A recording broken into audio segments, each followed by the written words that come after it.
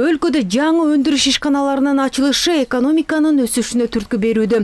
Алардын ишке кириши менен жумуш орундар түзүлүп, калктын киреше булагы кеңейүүдө. Сапаттуу атамекендик продукциянын көлөмүнүн өсүшү экспорттук мүмкүнчүлүктөрдү дагы арттырат. Учурда биз Токмок шаарында жайгашкан Алдос ири өнөр жай комплексинде турабыз. Бул өнөр жайдын жалпы аянты 31 гектар жана Орто Азия аймагында эң ири ишкана болот деп мерчемделүүдө. Аталган жерде заманбап технологиядагы бардык аппараттар жайгаштырылган. Ал эми өнөр жай ишке киргенде жалпы 500гө жакын киши эмгектенет. Быйыл эгемендүүлүк күнүнө карата пайдаланууга берилүүчү 40 өндүрүш долбоордун катарында дал ушул Алдос текстиль фабрикасы да бар. Ишкана жеңил өнөр жай тармагында дагы жаңы мүмкүнчүлүктөрдү ачып, атамекендик текстиль өндүрүшүнүн көлөмүн көбөйтүүгө багытталган. Учурда аталган жерде курулуш соңуна чыгып, алдыда жабдуулар орнотулат. Долбоор мамлекеттик колдоонун негизинде ишке ашууда. Ал эми быйыл мындай объектиден 113 ишке берилет. 2026-жылы Кыргызстанда ишке кире турган өндүрүштүк долбоор курулуш материалдарын өндүрүү 43, энергетика 20, азык-түлүк иштетүү 16, кен казуу 8, жеңил өнөр жай 7, соода логистикалык борборлор 7. Мындан тышкары ар кандай багыттагы дагы 12 ишкана пайдаланууга берилет. Өндүрүштүн өсүшү экономиканын көрсөткүчтөрү менен гана эмес, жумуш орундарын түзүү аркылуу да бааланат. Быйылкы жаңы долбоорлордун эсебинен 11.872 жумуш орду түзүлүп, эмгек рыногундагы мүмкүнчүлүктөр кеңейет. Бул деген биздин экономикабызга кошкон абдан чоң салым болуп эсептелинет. Себеби бул аталган долбоор 100 өнөр жай ишканасы долбоору 24-жылдан башталды. 24-жылы эске сала кетчү нерсе республика боюнча 102 ишкана ишке берилген болчу. Анын алкагында 8000ден ашуун жумушчу орундар түзүлгөн. Жалпы инвестициянын көлөмү дээрлик 800 миллион АКШ долларына жетти.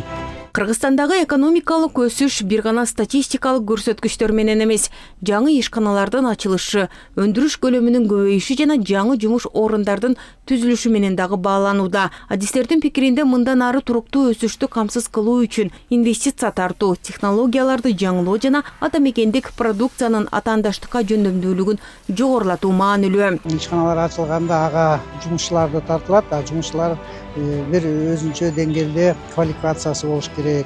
Анан ошол чөйрө өнүгөт. Баягы мындай негизи бир ишкана өзүнүн артынан дагы ишкананы түзгөнгө или ишин алдыга жылдырганга мындай эме түзөт да, жагдай түзөт да. Ошондуктан бул жылдан жылга ушу баягы өндүрүштүк ишканаларды ачкан бул жакшы нерсе да, реалдуу сектордун өсүшүн билдирет да бул.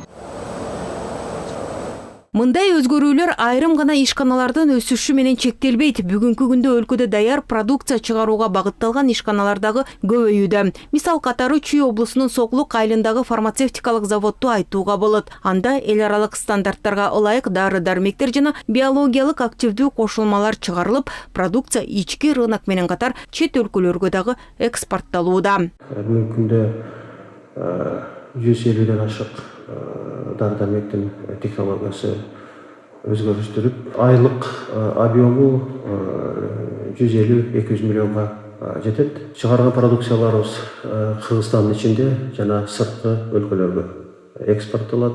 Айта кетсек, бул Европа өлкөлөрүнө, Россия Федерациясына экспорттолот.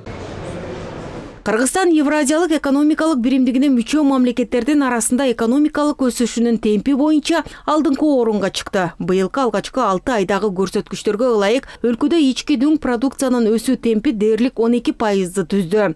Салыштырмалуу ЯЭПтеги башка өлкөлөрдө өсүш төмөн деңгээлде болду. Армениянын экономикасы 8%-га, Казакстандыкы 4%-га өскөн. Ал эми Беларусь жана Россияда 5 айдын жыйынтыгы боюнча өсүш 1%-га дагы жеткен эмес. Өсүшкө бардык тармактар өзүнүн салымын кошууда. Курулуш сектору 69,6%-га, кызмат көрсөтүүлөр 6%-га, айыл чарба 4,3%-га өстү. Өнөр жай тармагында өсүш 12,8%-ды көрсөттү. Айрыкча химиялык продукцияларды өндүрүү 2,9 эсеге, фармацевтикалык продукциялар 1,8 эсеге, транспорт каражаттары 40,7%, курулуш материалдары 33,4%, негизги металлдарды өндүрүү 11,9%, тамак аш азыктарын өндүрүү 8,2%, жана пайдалуу кендерди казуу көлөмү 12,8%га көбөйдү. Бул чындыгында жакшы динамика. Экономикалык өсүшкө инвестициялардын көбөйүшү дагы таасир берүүдө. Жыл башынан бери негизги капиталга салынган инвестициялар 64,3%га өсүп, 204,4 миллиард сомду түздү. Бул жаңы өндүрүштөрдү ачууга, ишканаларды жаңылоого жана экономиканын реалдуу секторун кеңейтүүгө шарт түзөт.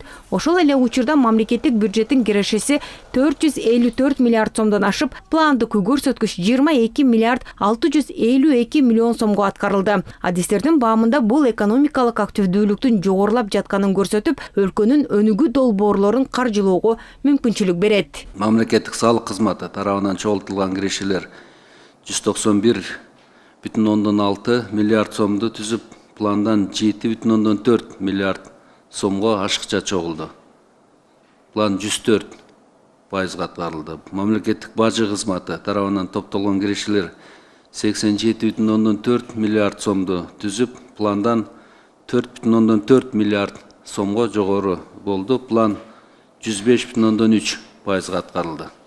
Экономикадагы жогорку өсүш темпин сактап калуу алдыңкы негизги милдеттердин бири. Министрлер кабинетинин төрагасы Адылбек Касымалиев өндүрүштү, инвестицияларды жана экономикалык активдүүлүктү мындан ары дагы күчөтүү зарылдыгын белгиледи. Евразия өнүктүрүү банкынын божомолуна ылайык Кыргызстан 2026 жылыда Борбор Азиядагы экономикалык өсүш боюнча лидер позициясын сактап, өсүү темпи 10,2%-ын тегерегинде болот. Адистер муну дал ушул инвестициялык долбоорлордун, өндүрүштүн кеңейишинин жана ички экономикалык активдүүлүктүн жогорулашы менен байланыштыруушууда. Транспорт каражаттары. Сүйүнөй Тагаева, Шамен Болотбек уулу, ЛТР, Бишкек. Продукциялар